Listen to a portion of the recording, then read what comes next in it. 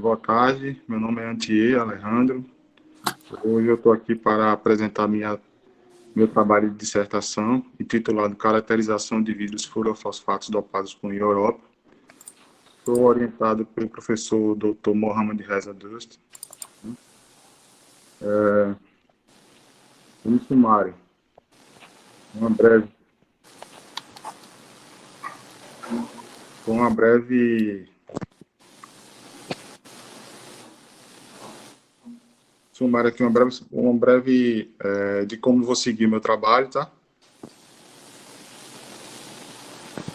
Estamos falando de vidros, os vidros europeu, falar um pouco também sobre a teoria de Schoenfeld, a coordenada de cromaticidade, materiais e métodos, resultados de discussões e conclusões.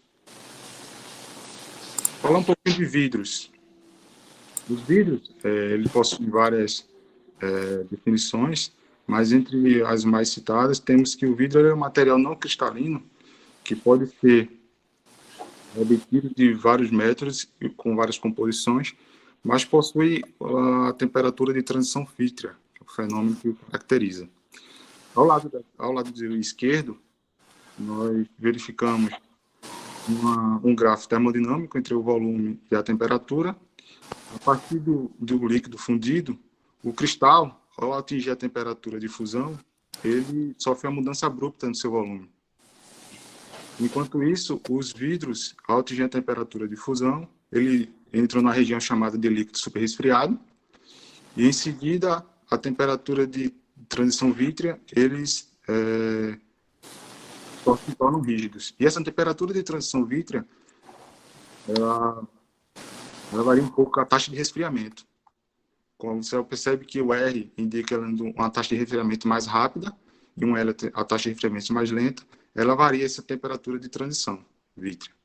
Do lado direito, nós temos duas figuras indicando um cristal, a figura A, e o B indicando um vidro. Tá? Você percebe a estrutura ordenada do cristal e a desordem do vidro. Tá? Praticamente definida a desordem pela mudança da ligação, né? Entre os átomos hipotético A e o átomo O. A ligação A ao A. Tá? Você vê essa variação de ligação criando essa desordem. Os vidros intitulados, que são os vidros fluorofosfatos, falar um pouco agora deles. Em primeiro, falar do formador de rede do vidro fosfato, né, que é o tetraedro, formado por PO4, onde esses vidros fosfatos, eles praticamente possuem no máximo 3 oxigênios em ponte, tá, ligando com formadores de rede. E os vidros fosfatos, eles possuem algumas características, e que entre elas, eu vou destacar o alta energia de fono, apresentada para você na tabela da direita, tá?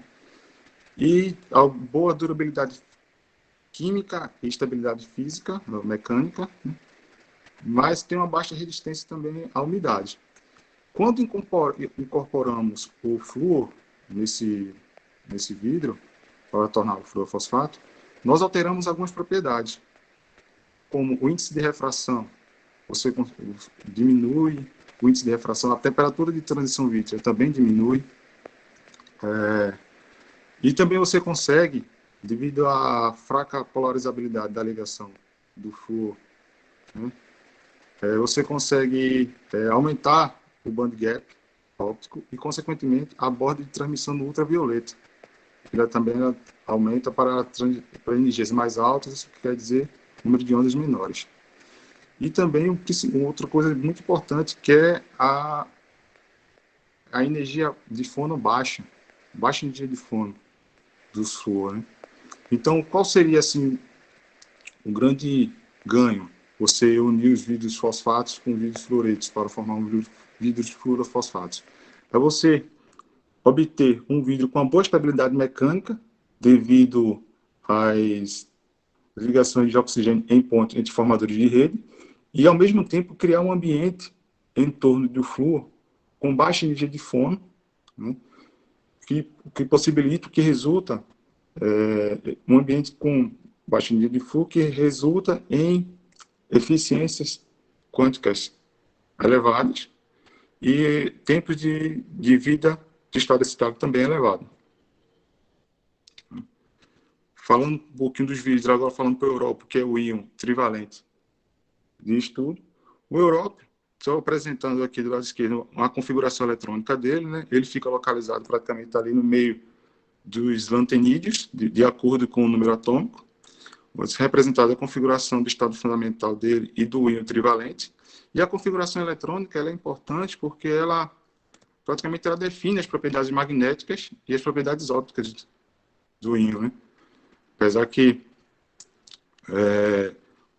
o número de íons, o número de spins, o número de elétrons desemparelhados, né? Você define as propriedades magnéticas, enquanto as transições, né, eletrônicas definem transições eletrônicas definem as propriedades ópticas. Tá? Do lado esquerdo, ou do lado direito, nós temos um diagrama parcial de energia do Europa, onde você vê a configuração 4F6, que é do íon trivalente. Esses 6 elétrons da configuração 4F6, eles podem estar situados de 3.003 maneiras nos orbitais 4F, tá?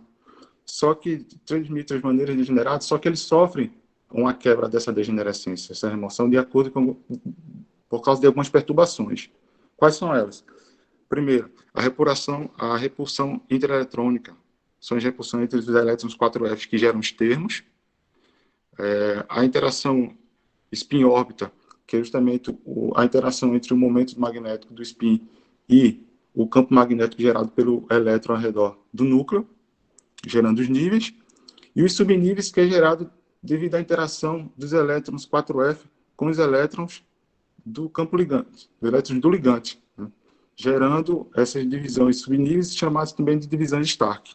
Você também é possível ver a ordem de grandeza dessas divisões, tá? Onde 10 a quarta para os termos, os níveis dessa terceira e subníveis dessa segunda. E em cima, na parte superior, temos ali uma setinha indicando para baixo do 5D1, que é um possível nível emissor, tá? E o 5D0 é também um nível emissor, por isso que ele está mais espesso, normalmente é o mais emissor. Falando um pouquinho da teoria de Julio-Feltz, falando das transições dos íons európicos, de modo geral, dos isolantenídeos, que são transições intraconfiguracionais, que normalmente isso aqui são proibidos, né, pela regra de Laporte, a transição dipolo elétrica, né? Então, segundo Julio-Feltz, essas transições elas são possivelmente, ou seja, elas são parcialmente permitidas quando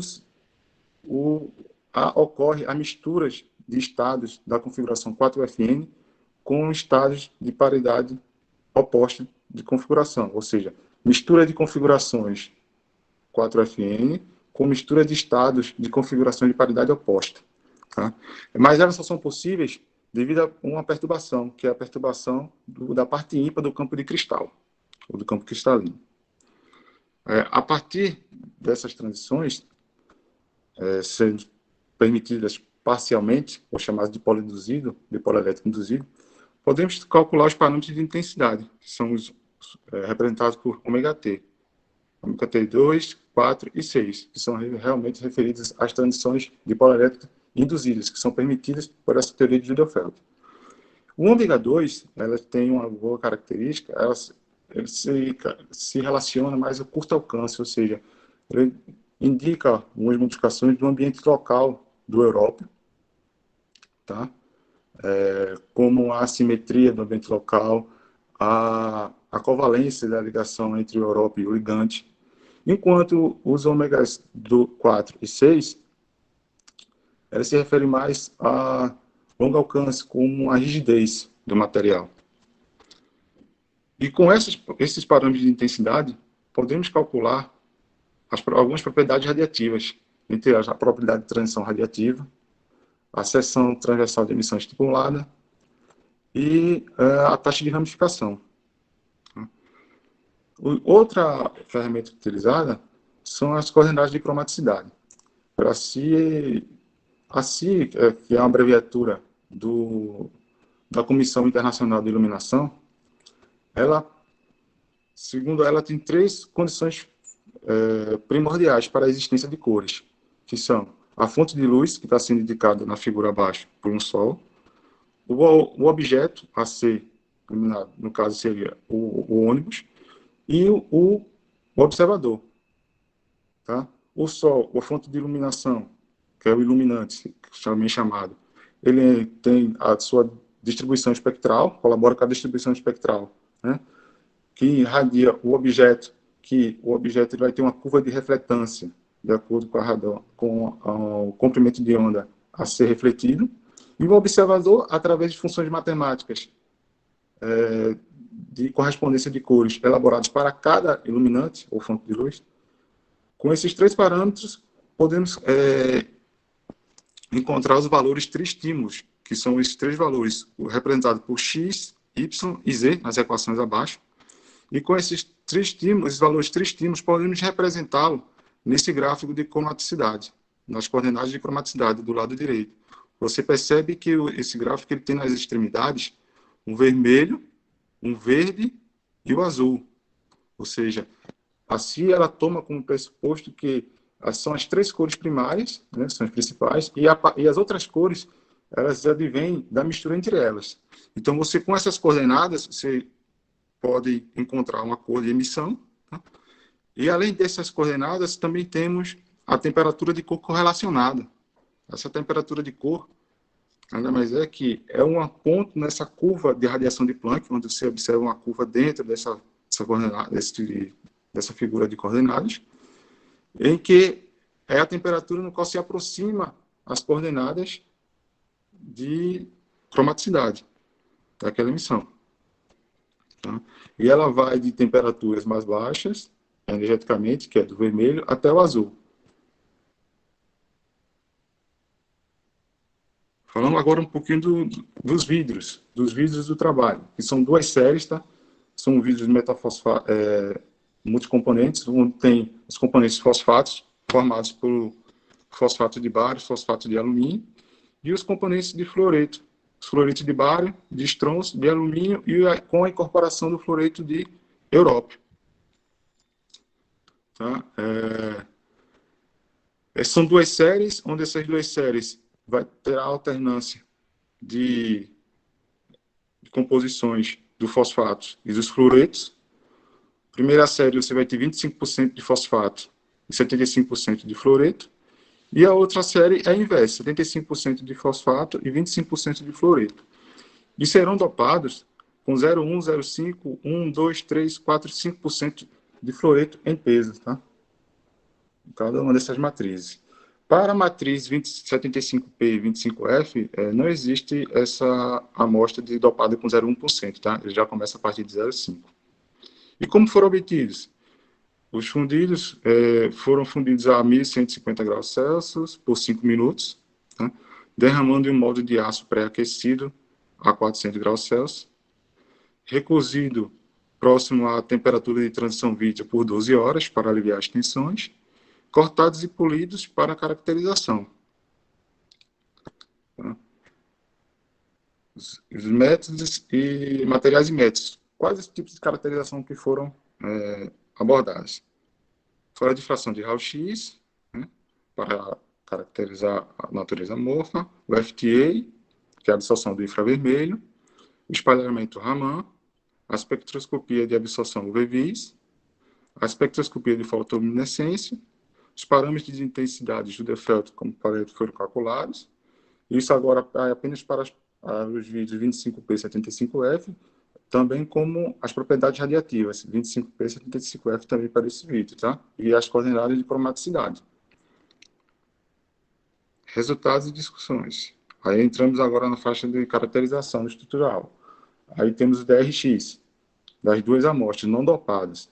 Os difratogramas, é observado alguns picos alargados, né, das duas amostras, das duas matrizes, porém a fase amorfa prevalece, né? No FTA, o FTA foi para a amostra 75P25F, tá? Onde a gente observa uma banda de absorção do infravermelho da hidroxila, ali entre 3.000 e 3.500 centímetros de S. E o corte no infravermelho, ali próximo de 2.500 centímetros de S, que é próximo dos 4 micrômetros, são característicos dos grupos fosfatos. Né? Então, você tem um corte infravermelho ali em 2.500. Você observa a hidroxila, né? E também tem esses cortes no infravermelho, eles são devidos a harmônicos, né? Como do OPO, da ligação OPO, de estiramento simétrico.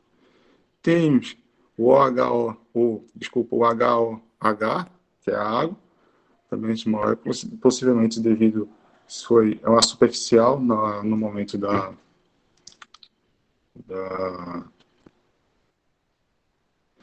caracterização.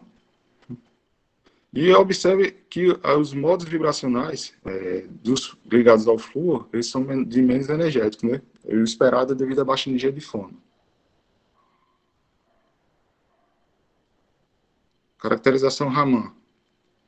Para a primeira amostra, a primeira série 25P75F, temos algumas bandas mais intensas, né?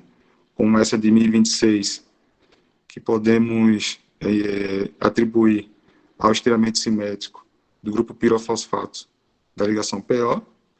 Tá? E o que eu gostaria de destacar é a presença da ligação PF, que é o estiramento simétrico da ligação PF, que é justamente mostrando a incorporação do flúor, a ligação do flúor com o fósforo. É importante. E essa intensidade, você percebe que a intensidade dela é relativamente baixa comparada a dos outros modos vibracionais.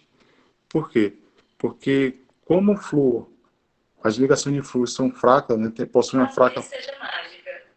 uma fraca polarização, só a seção transversal de espalhamento Raman, né, ela possui a menor seção transversal de espalhamento Raman. E isso exige uma intensidade de espalhamento Raman menor, né, quando comparado com os oxigênios, as vibrações contendo oxigênio. Para a estrutura 75P25F, né, já que a gente não tem mais, a gente não consegue verificar a ligação PF. Está ausente a ligação PF aqui. E a gente dá aqui, possibilita algumas bandas de intensidade, de espalhamento, né? As maiores em 1141, onde podemos indicar que é do metafosfato, de estiramento simétrico, da ligação PO. Outra banda também tem essa 705, que justamente podemos atribuir ao pirofosfato, né, do estiramento simétrico, com a sobreposição do estiramento do ALOP, né, 760 está indicado aqui, nesse quadro do lado direito. Continuando, entrando na absorção UV-Vis, na absorção ultravioleta visível. Vimos o espectro de absorção. O espectro de absorção está em termos de coeficiente de absorção, porque as amostras elas são de formas irregulares, elas não têm o mesmo padrão, tanto na espessura como na forma. Então, foi preferível calcular através do coeficiente de absorção, tá? Onde a gente observa as bandas de absorção da região do ultravioleta ao visível, com destaque para também as transições que são iniciadas a partir das bandas quentes, assim chamadas, né, porque elas são termicamente excitadas, que é do 7F1, D3 e o 7F1, 5D1, que elas começam a partir desse estado. E do lado direito temos uma relação entre a área integrada da transição, 7F6, 5L6, que é justamente a mais intensa do espectro, para acompanharmos como se comporta, né, a absorção de acordo com o aumento da concentração de európio, do fluoreto de európio. E observamos que ela tem um aumento significante, até 2% da parte de fluoreto de európio, mas a partir daí ela começa a cair. Isso pode ser devido a uma perda dos íons dopantes ou a má ou a má incorporação dos íons nas amostras. Com a absorção com o coeficiente de absorção, calculamos os band gap direto e indireto pelo método de Tal e a energia de Urbach. Tá? Eu escolhi representar aqui com a amostra de 2%, apenas para vocês verem como foi elaborado os gráficos, tá? Para os três, 2% band gap direto, indireto, energia e Urbach, mas os valores estão abaixo na tabela e fiz um gráfico para guiar os olhos comparando o comportamento dos band gap óptico direto, indireto e energia de Urbach. Você percebe que o band gap óptico direto e indireto, com o aumento da concentração de európio, né, nas amostras, eles têm um aumento, sim, dos valores. Mas já a energia de Urbach, ela flutua, basicamente. Ela não tem uma tendência clara de subida ou descida. Né? Mas o aumento na energia de band gap, tanto direto como indireto, isso nos leva a dizer que esse aumento acontece devido à redução do número de oxigênios sem ponte, porque ocorre a diminuição de estados localizados dos elétrons, o que leva à redução dos centros doadores no vidro. E a redução desses centros doadores, ele aumenta o gap do vidro, o band gap óptico do vidro. Tá? Agora para o vidro 75P25F, também a partir do coeficiente de absorção alfa, que é o espectro de absorção, também é presentes as bandas quentes, né, iniciadas do 7F1, e também foi feito um estudo em relação ao comportamento da área da banda mais intensa, que continua sendo 7F0, 5L6, com o aumento do teor de fluorito de Europa. E observamos também uma queda já a partir de 1%. Né? Ou seja, à medida que aumenta o teor de fluorito de Europa, ele já começa a diminuir a intensidade, o que é estranho, né? Como falei, porque a tendência realmente é aumentar, que aumenta a concentração, aumenta a absorção. Os resultados, continuando aqui agora, a partir do coeficiente de absorção, calculando os band gaps direto e indireto e a energia de Urbach para os vidros 75P25F. Né? Também representei aqui para os vidros dopados com 2%, né, para manter um padrão, e o comportamento abaixo dos seus valores. Comportamento do band gap, né, direto e indireto, e o comportamento da energia de Urbach. É possível verificar um ligeiro aumento, né, das energias tanto em band gap direto e indireto, e sim, mas agora uma queda mais acentuada na energia de Urbach. Essa energia de Urbach, né, é a que mede a desordem e a desordem estrutural do vidro. Você vê que começa a diminuir, né, tem uma diminuição mais clara em relação ao outro vidro. Isso diz que teve uma diminuição da desordem e diminuição dos defeitos no material, enquanto o ligeiro aumento nos valores de band gap continua, assim como o outro vidro, outra matriz, outra série. Entrando na área da fotoluminescência agora, nos espectros de excitação. O espectro de excitação ele foi obtido monitorando o número de ondas do nível de emissão de 609 nanômetros. Tá?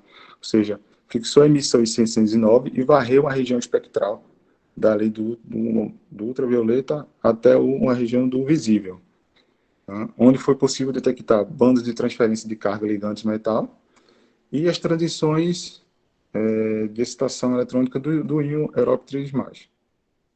Tá?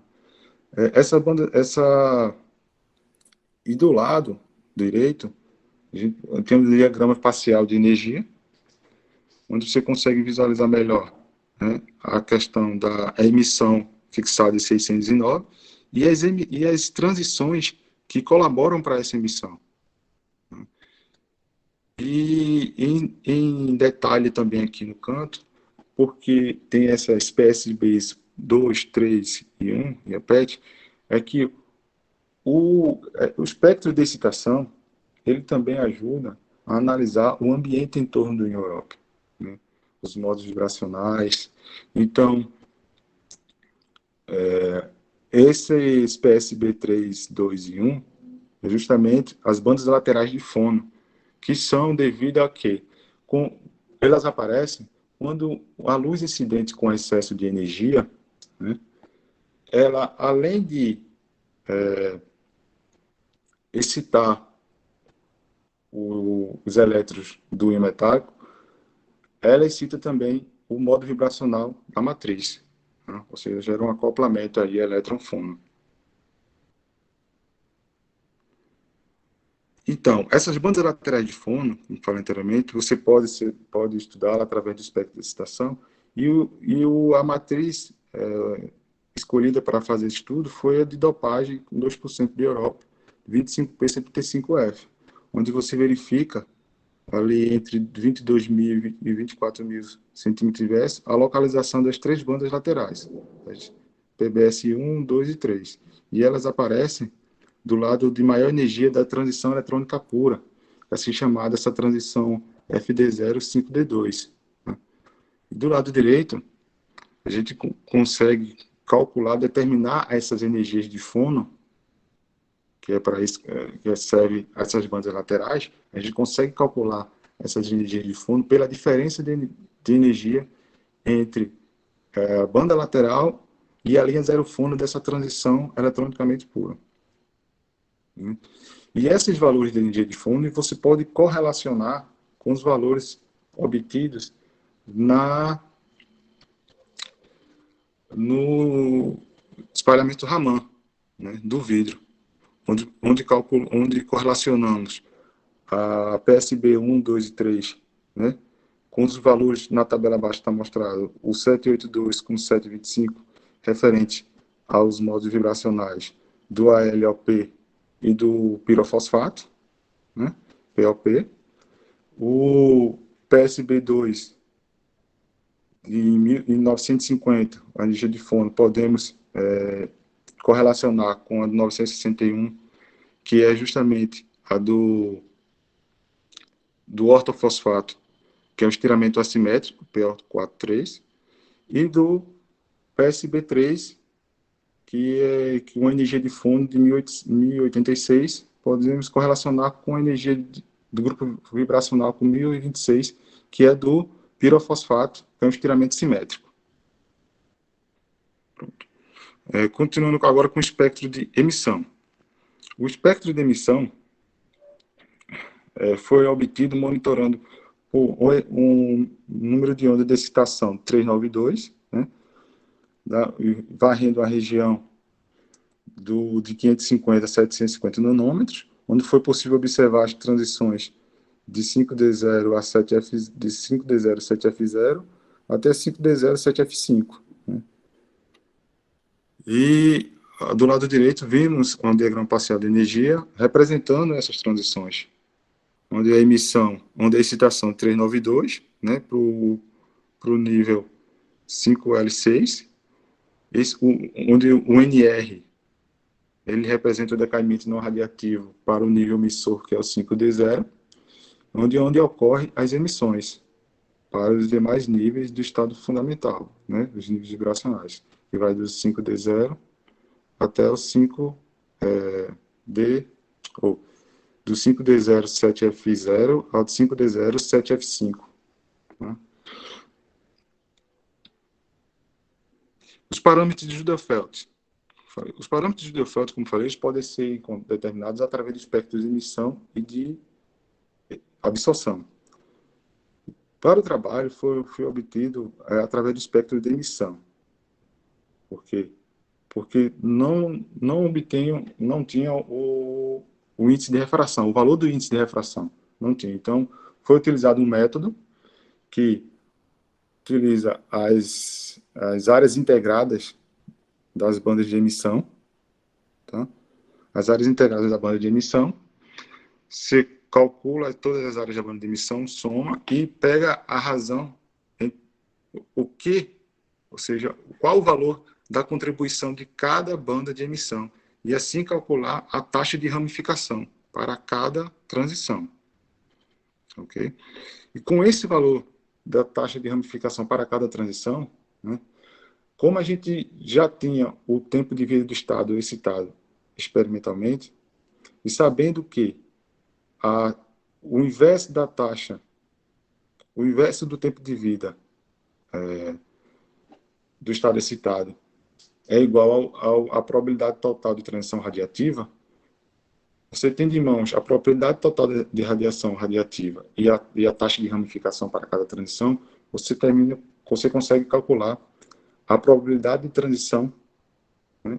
Probabilidade de transição para cada de transição radiativa para cada transição, ou para cada vidro, desculpa.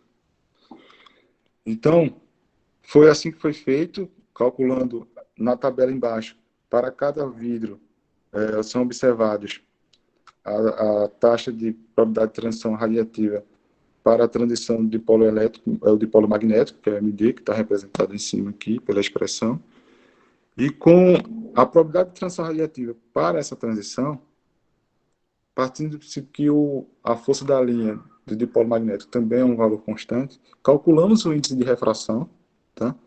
O índice de refração para cada amostra também está sendo representado nessa tabela. E com o índice de refração e a probabilidade de transição radiativa das transições de dipolo elétrico induzido, calculamos os parâmetros de intensidade de Rutherford, o ômega 2 e o ômega 4. Tá? O ômega 6 não foi calculado porque não foi observado no espectro de emissão. Não observado por causa do range, tá? O range de estudo foi observado. E também calculamos a razão de assimetria, que é a razão também conhecida como razão de intensidade, que é a razão da área integrada das transições de polo elétrico induzida, que é o 5D2 ou 5D07F2 e 5D07F4 em relação à transição de polo magnético, que é a 5D07F1. Tá, os valores variando aí em torno de a ômega 2 varia em torno de 2, né, um pouco abaixo, um pouco a 5, devido à variação do índice de refração. E o valor de R próximo ali também variando entre 1 e 2. Continuando aqui, com os parâmetros de intensidade de Rutherford, como falei anteriormente, podemos calcular as propriedades radiativas dos vidros. Para a matriz, né, 25P75F, para as transições de polo magnética e a de polo elétrico induzida observadas, né, que é a de 5D07F2 e 5D0F4, observamos que os maiores valores dessas propriedades radiativas foram obtidas para a amostra dopada com 0,1% de Europa. E para a transição 5D07F4, esses que estão em destaque em azul. Né?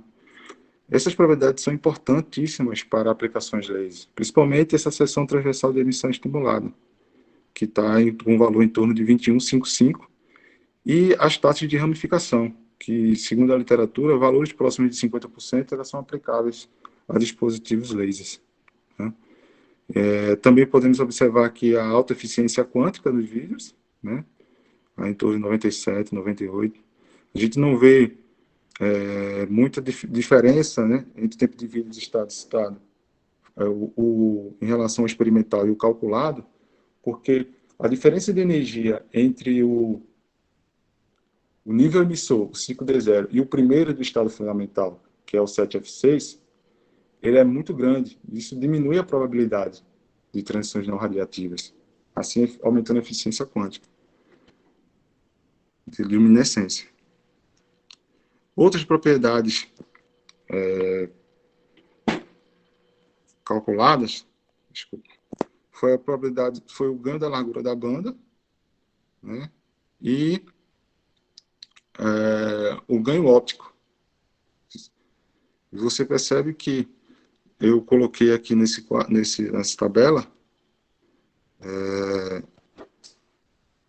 os valores de outros vidros também da literatura para compará-lo, para observarmos aqui o comportamento. Tá? Entre os vidros estudados, o ganho da largura da banda, o maior realmente é o do vidro com 5%. Mas já o ganho óptico, o valor, como falei anteriormente, em relação à transição 5D0, né, ou 5D07F4, que o vidro 0,1 com 0,1% é o maior. Só que essas comparações aqui está sendo feita não com a transição 5D07F4, mas sim com a transição 5D07F2. Né? Então, por isso que eu marquei, foi marcada o dopagem com 5%, porque os outros vídeos também foram dopados com 5%, exceto o último foi dopado com 2%, mesmo na literatura. Então, ele tem um comportamento meio que intermediário, né, a gente comparando com os vídeos da literatura. As coordenadas de cromaticidade. Foram obtidas as coordenadas de cromaticidade para os vidros, né, onde eles são representados aqui próximo entre o vermelho e o laranja, tá? Tem a representação aqui na tabela, e também foram calculadas também a temperatura de correlacionada de cor. Tá? Esses valores NTSC e é de um sistema de televisão analógico dos Estados Unidos e que são amplamente utilizados também aqui na América, mas não no Brasil. São valores de referência, assim como do fósforo vermelho, né, emissão de vermelho também do Europa, para possibilitar a comparação e ver que a gente pode utilizar sim, esses vidros como emissores de luz vermelha, alaranjado, tá? Para dispositivos ópticos e para LEDs. Então, as conclusões.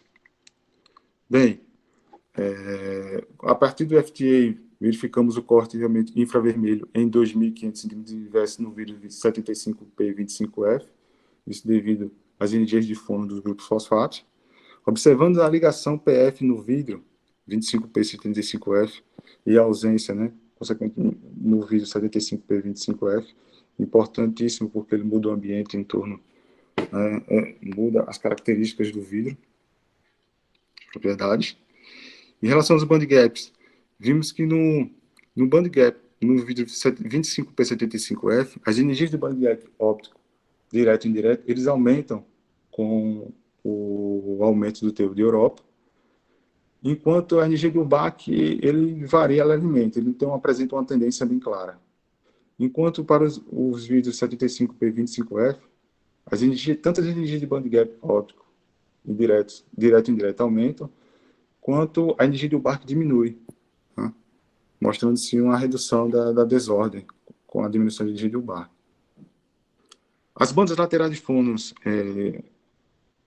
estudadas foram correlacionadas, né, como mostrado na tabela, com as estiramento ALOP, com a sobreposição, né, são vibrações de sobreposições nesse caso, que é do estiramento do ALOP, e do pirofosfato, que é do estiramento simétrico do POP. Né? A banda lateral de fundo PSB2 refere-se ao ortofosfato com estiramento assimétrico, né, do PO4 3-, e o PSB3 do pirofosfato, que é refere-se a um grupo pirofosfato, né, do estiramento simétrico, do PO3 2-. Com o resultado tanto do parâmetro de intensidade de Judelfeld, do ômega 2, também como da razão de intensidade, ele sugere uma baixa simetria local para a Europa nos vidros 25P e 75F. Tá? Como também vimos também a transição 5D07F4, como uma transição promissora para aplicações laser, né, no vidro dopado com 0,1%, e através dos diagramas de cromaticidade, vimos ali a possibilidade de utilizar esses vidros como em LEDs brancos, né, e dispositivos de exibição. E é isso, pessoal. Agradeço a todos. Muito obrigado.